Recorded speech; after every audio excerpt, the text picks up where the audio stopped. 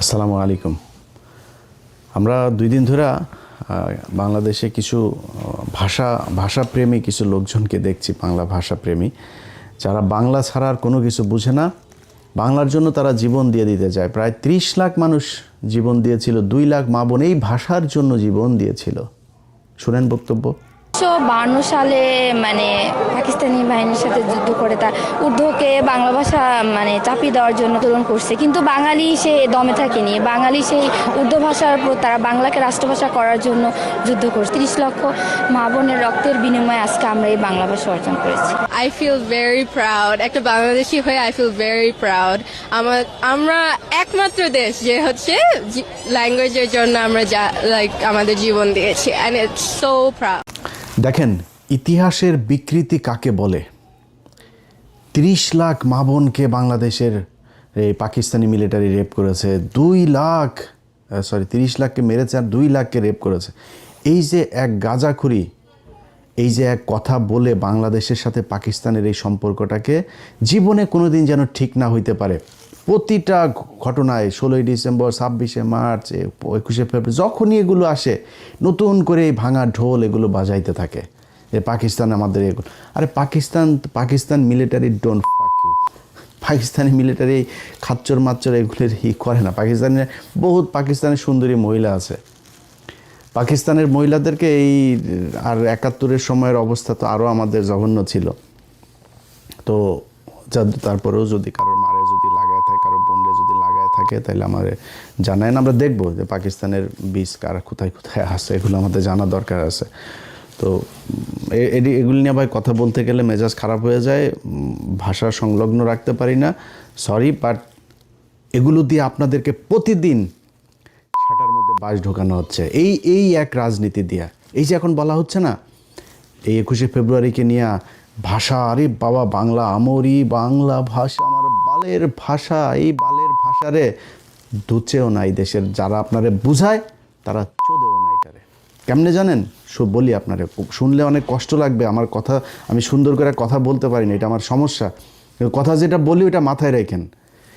এই যে যেই এমপি মন্ত্রী যেই বাঞ্চোদেরা আপনার এগুলি শিখায়, এই যে ভাষা, একজন টকশোতে এক বিজ্ঞ এক মাদারি বলছে যে বাংলার সাথে এই যে ইংলিশ মিক্স আপ করে কথা বলা, এটা পুরোপুরি করতে হবে।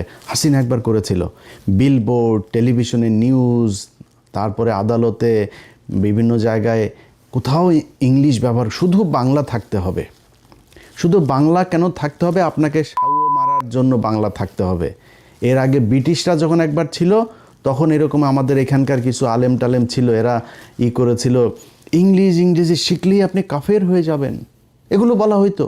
এগুলো বলে আমাদেরকে দমায় রাখা হয়েছে। আজকে যেই ব্যক্তিরা আপনাকে বুঝায় যে বাংলার সাথে সাথে ইংলিশ শিখতে পারবেন না, সেই রাজনীতিবিদ একজনের ছেলে মেয়ে 14 গোষ্ঠীর কেউ বাংলা মিডিয়ামে পড়াশোনাই করে না।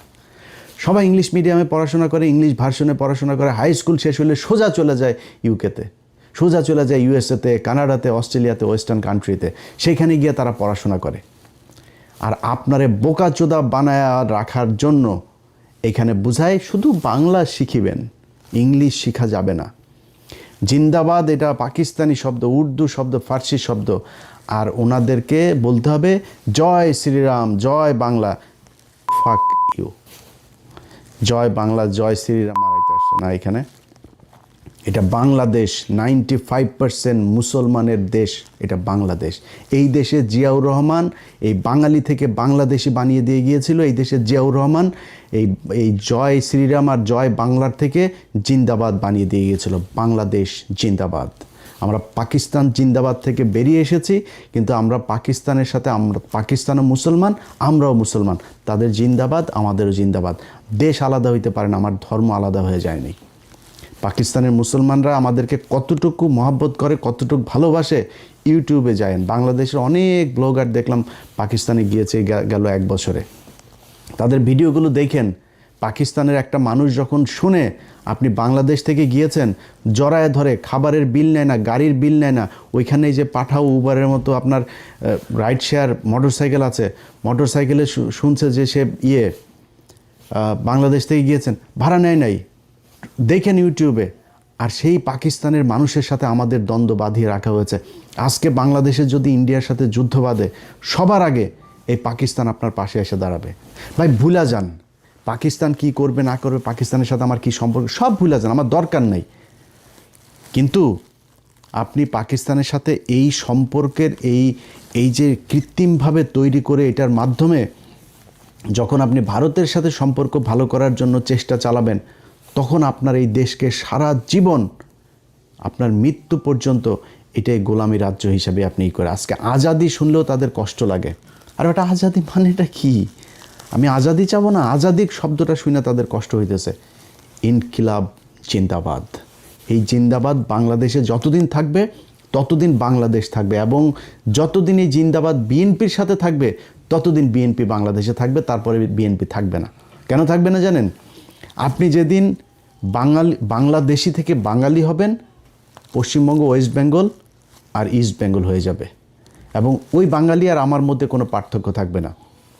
যেই কালচার ঢুকানোর জন্যই আপনাকে এই যে পয়লা বৈশাখ করানো হয়, এই পয়লা বৈশাখে পেঁচা পুচা যা আছে সব তাদের দেবদেবীর আপনার প্রতীক, এগুলোকে আপনাকে দিয়া পূজা করানো হয়। আমারে ছোটোবেলা থেকে গরুর রচনা শেখানো হয়েছে। আমি কোরআন শরীফ শেখার আগে আমার দেশের মানুষকে গরুর রচনা শিখতে হয়েছে। পৃথিবীর এই বাংলাদেশের মানুষ, অন্তত সব দেশে থাকেন, একজন মানুষ আমার এই ভিডিও যত হাজার লক্ষ মানুষ দেখবেন, একজন মানুষ বলবেন আপনি পৃথিবীর কোনো দেশে যায় তারপরে দেখেছেন যে গরুর রচনা পড়ানো হয় ছোট বাচ্চাদের। আমারে কোনো কিছু না বললেও আগে গরুর রচনাটা পড়তেই হবে। পাটের রচনা ছিল, অনেক রচনা ছিল, আপনারা আগে গরুর রচনায় শিখতে হবে, এবং এইটা মোস্ট আপনার মানে একটা থাকতো, পসিবিলিটি থাকতো, এটা আপনার এক্সামে আসবেই। মেট্রিক পর্যন্ত এই গরুর রচনার এই বিশাল গুরুত্বপূর্ণ এক রচনা। আরে ভাই, গরুর যদি আপনি পশুর পার্টস যদি শিখতে চান, আমি সায়েন্সের স্টুডেন্ট, আমাদেরকে ব্যাঙ দিয়া নানান কিছু দেখানো হইতো, বায়োলজির বিশেষ করে। তো আপনি যদি মানে যদি ওই কারণে পশুর সায়েন্সের কারণে যদি পশু শিখতে ব্যাঙ শিখেন, ব্যাঙের অঙ্গ প্রত্যঙ্গ কী কোথায়, তো গরু কোত্থেকে আসলো, এইটা আপনার মাথায় নিতে হবে যে আমাদেরকে সূক্ষ্মভাবে এইভাবে এই পূজা করানোর জন্য এগুলো করা হয়েছে। এবং বিএনপি যদি মনে করে আজকে তারা এই যে জামাত, আওয়ামী লীগের বিভিন্ন জায়গায় অফিস টফিস খুলে দিচ্ছে, তারা যদি মনে করে জামাতের চাইতে বেটার অপোজিশন হচ্ছে গিয়ে আওয়ামী লীগ, তারা তাদেরকে নিয়ে আসতে পারে। এবং এইভাবেই যদি বিএনপি নিজেদেরকে বাংলাদেশি থেকে বাঙালি, জিন্দাবাদ থেকে জয় বাংলায় নিয়ে যাইতে চায়, তাইলে বাংলাদেশে বিএনপি বলে কোনো দল দরকার হবে না। মানে একই জায়গার মধ্যে আপনি দুইটা একই same product, same quality, same দাম, দুইটা দোকান যদি থাকে, তো কেউ দুই দোকানে যাবে নাকি? একটাতেই যাবে। আমার একটা আছে, ওইটাতে যাওয়া দরকার, নতুন আরেকটা দোকান দরকার কি? আওয়ামী লীগ তো জয় বাংলার জন্য আছে, আওয়ামী লীগ জয় শ্রীরামের জন্য আছে, আওয়ামী লীগ এই বাঙালির জন্য আছে, আপনার দরকার নাই তো। এখন আপনি যদি মনে করেন এখন একটু পজিশন ভালো না, আপনি মনে করছেন এই চারিদিকে সব আপনার প্রশাসন, আপনার মিডিয়া, আপনার ইন্ডিয়া, আপনার সব হামারা, এটা যে মনে করেন না, এই দিন থাকবে না আপনার। আপনি সময় দেন, ইন্ডিয়া কখনোই তার সবচেয়ে বেস্ট চয়েস হচ্ছে আওয়ামী লীগ। আপনি সেকেন্ড চয়েস, বিএনপি বাংলাদেশে ইন্ডিয়ার জন্য সেকেন্ড চয়েস, তারা ফার্স্ট চয়েস রেখে কখনোই সেকেন্ড চয়েসে আসবে না।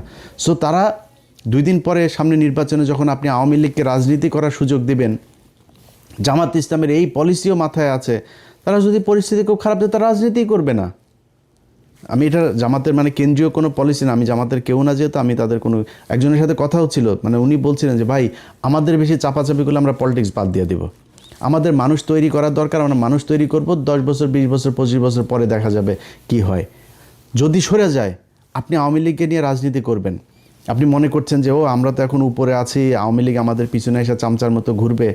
শোনেন ভাই, সরাসরি একটা কথা বলি, একটা এলাকায় 2 শ্রেণীর বাটপার আছে, একটা দুর্নীতিবাজ বাটপার, এই চোর স্যাচ্চোর আছে দুইটা, একটা আওয়ামী লীগের আর একটা বিএনপির চোর স্যাচ্চোর বাটপার, এগুলো সব এদের মানে দুর্নীতি করে, চুরি করেই তাদের চলার ইচ্ছা, এই জন্যই তারা রাজনীতি করে, রাগ ঢাক রাখার কিছু নাই। কিন্তু তাদের টার্গেটটা হলো কি, তারা খুব ভদ্রভাবে থাকে, একটু ভদ্র কিসিমের, অসহায় কিসিমের এই চোর বাটপারগুলি হলো বিএনপি করে। আর আওয়ামী লীগেরগুলো হলো দুর্ধর্ষ, তারা খুব ক্রুয়েল হয়, খুব হিংস্র হয়, এই টাইপের চোর বাটপারগুলো আওয়ামী লীগ করে।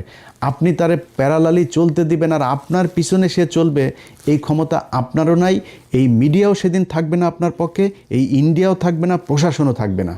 সো খুব কেয়ারফুলি আপনাকে আওয়ামী লীগকে হ্যান্ডেল করতে হবে। এখন এই কারণে বললাম যে যেদিন বিএনপি জিন্দাবাদ থেকে বের হয়ে যাইতে চাবে, যেদিন বাঙালি হয়ে যেতে চাবে, সেদিন বাংলাদেশে বিএনপির আর দরকার হবে না। ওই দিন মানুষ আওয়ামী লীগই বেটার হবে, এবং আওয়ামী লীগ সেটা কেমনে করতে হয় এটা খুব ভালো করে জানে। পোড়ায়া জ্বালায়া কী করা লাগে সব কিছু জানে তারা। সো ভাই, যেই জন্য এত কিছু বললাম, যে এই যে ৭১-এর ভাষা আন্দোলন আর এই যে ৭১-এর মুক্তিযুদ্ধ আর ২১-এর ভাষা আন্দোলন, এগুলো আপনার মাথার মধ্যে এত মিথ্যা, এত ইতিহাস বিকৃত করে আপনাকে ঢুকানো হয়েছে। এটা ঢুকায়ে পাকিস্তানের সাথে বিরোধ তৈরি করা আর ভারতের সাথে বন্ধুত্ব তৈরি করে তারপর আপনাকে সেটা মারার জন্য এগুলো করা হয়। অতএব এই যে এখন নতুন সরকার এসে, হাফিজ ভাই একজন মুক্তিযোদ্ধা, হাফিজ ভাইয়ের কাছে অনুরোধ থাকবে, আমরা জানতে চাই যে কতজন মানুষ আসলে পাকিস্তান আমলে এই সেই যুদ্ধের সময় রেপ হয়েছিল, কতজন মারা গিয়েছিল, কতজন মুক্তিযোদ্ধা ছিল, কতজন রাজাকার ছিল, রাজাকার কারা ছিল, 14ই ডিসেম্বর কারা এই মানুষগুলোকে মেরেছে, বাংলাদেশ স্বাধীন হওয়ার পরে 30শে জানুয়ারি 1972 জহির রায়হানকে কারা গুম করেছিল, এগুলো আমরা জানতে চাই। এটা জানলে বুঝে যাবেন যে এই বাংলাদেশের সাথে পাকিস্তানের সাথে পূর্ব পাকিস্তান আর পশ্চিম পাকিস্তান দুইটার সাথে এই গ্যাঞ্জাম বাঁধানোর জন্য ভারত কি চাল চেলেছিল খুব ভালো করে। আর এই যে আপনার মানুষজন ইতিহাস এগুলো বলে না যায় না শুই না, ভাই আপনার কাছে অনুরোধ, একটু শুই নেন, নিজেরে প্রশ্ন করেন যে যদি অনেকে বলে যে 30,000 মানুষ বা 3 লাখ মানুষ মারা গিয়েছিল, ভাই 3 লাখ মানুষ যদি মারা যায় থাকে, তারপরে আপনার গ্রামে অন্তত 5 জন মানুষ মারা যাওয়ার কথা। আপনি আমার দেন তো 3 লাখ মানুষ কোথায় পাকিস্তানিরা মেরেছে, কোন বাংলাদেশিকে পাকিস্তানিরা, কোন মুসলমানকে পাকিস্তানি মিলিটারি মেরেছে, একটাও দেখাইতে পারবেন না। খুব রেয়ার কেস, যে কেসগুলো সেগুলো সব মিলিয়ে যদি আমার মনে হয় খুব বেশি, যেটা শেখ মুজিব যেই কমিশন গঠন করেছিল 7,000-8,000 মানুষ পেয়েছিল। একটা যুদ্ধ, দেশ স্বাধীন হয়ে যাওয়ার যুদ্ধের মধ্যে এটা খুবই স্বাভাবিক একটা ব্যাপার। আমরা চাই না একজনও মারা যাক, একজনও রেপ হোক, আমরা চাই না, কিন্তু আমরা হিসাবটা জানতে চাই। আমরা চাই একজন মুক্তিযোদ্ধা 20,000 বেতন পায়, 20,000 না, তার ভাতা তার 20 লাখ দেয়া হোক, যদি আসলেই সে মুক্তিযোদ্ধা হয়ে থাকে। আসল মুক্তিযোদ্ধার সংখ্যাটাই আমরা জানি না। এটার নাম মুক্তিযোদ্ধার প্রেম, এটার নাম মুক্তিযুদ্ধ ভালোবাসা কেউ করতে চায় না। কারণ কি, এইটা দিয়ে ইন্ডিয়া চায় আমাদেরকে এই যে 30 লাখ আর 2 লাখের এই গান শোনাইতে। আমরা এই গান আর শুনতে চাই না। ভাই, পাকিস্তানের সাথে বাংলাদেশ জীবনে এক হবে না, এক হওয়ার দরকারও নাই। বাট পাকিস্তান আমার মুসলমান ভাই, পাকিস্তানের সাথে আমার সম্পর্ক ভালো রাখা উচিত। পাকিস্তান আমার যে কোনো সমস্যায় সবার আগে, যে ক্রিকেটে দেখেছেন না এগিয়ে এসেছে না, প্রতিটা জায়গায় আপনাকে গ্যারান্টি দিলাম পাকিস্তান সবার আগে এই বাংলাদেশের মুসলমানদের জন্য এগিয়ে আসবে। অতএব পাকিস্তানের সাথে আমার নিজের স্বার্থেই সম্পর্ক ভালো রাখতে হবে। পাকিস্তানের ভাই আমাদের দরকার না, আমার এমন কোনো ভাল নাই যে পাকিস্তান আমার কাছ থেকে নেবে। পাকিস্তানের নিউক্লিয়ার আছে, পাকিস্তানের অস্ত্র আছে, পাকিস্তান নিজে ফ্যান বানায়, মোটরসাইকেল বানায়, ইলেকট্রিক পণ্য বানায়, তার আন্তর্জাতিক মানের হসপিটাল সব আছে তার, সে আমার এখানে কেন আসবে? এই গ্যাঞ্জাম থেকে ভাই বের হয়ে আসতে হবে।